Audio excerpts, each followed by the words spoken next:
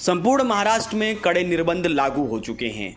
सड़क पर निकलना, जमावबंदी और संचारबंदी रात में, इन सब पर कड़ी पाबंदियां लग चुकी हैं। कई सारे निर्देश ऐसे भी हैं जिसमें दुकानदारों को भी झेलना पड़ सकता है। इन सब चीज़ों को किया क्यों जा रहा है? ताकि तीसरी लहर प्रकोप का रूप ना ले सके और आम आदमी सुकून से स्वस्थ रहकर अपने जीवन यापन कर सके। लेकिन इस बीच में सवाल सबसे मुख्य बड़ा यही है कि आम आदमी कब अपनी आम जिंदगी जी सकता है? आखिर वो कब साधारण अपने बच्चों को स्कूल भेजे, अपने दिनचर्या के हिसाब से अपने कामकाज पर जाए और अपनी रोजी रोटी का कामकाज वाला काम ठीक ढंग से करे। वो डर कर निकलता है, सहम कर निकलता है। गाड़ी में कागज पूरे हैं लेकिन फिर भी वाहन रोका जाता है। वाहन इसलिए रोका जाता है कि मार्क्स नाक के थोड़ा सा नीचे हो गया था, उसे ऊपर करिए वरना फाइन भरिए। इस तरह के लगातार डर और दहशत के साए में जीने के अलावा एक दहशत और है, वो है ओमिक्रॉन या उसके अलावा का कोई वेरिएंट जो शरीर में घुस जाएगा और फिर परेशान कर देगा।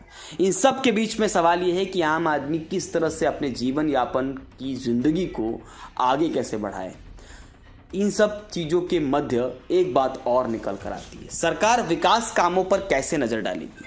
विकास कहाँ है? विकास पर चर्चाएं कहाँ हैं? कहाँ हैं वो बातें जिनकी आवश्यकता आम आदमी को है? अस्पताल की व्यवस्था संपूर्ण भारत में किस प्रकार की है, इस पर चर्चा अगर हम कर लें तो भारत पिछड़े अस्पतालों की श्रेणी में आएगा। इसके अलावा भी अगर हम सिस्टम की बात करें, चाहे व्यवस्था हो, चाहे वो गंदगी या स्वच्छ भारत अभियान की मुहिम हो, इन सब चीज़ों पर सिस्टम कितना सही ढंग से काम करता है, यह बात आपको धरातल पर नज़र आती होगी। लेकिन इन सब चीज़ों के परे सवाल सिर्फ एक ही है, ओमिक्रॉन या कोई और वेरिएंट आपको परेशान न करे, इसलिए निर्बंध लागू कर दिए जाएं।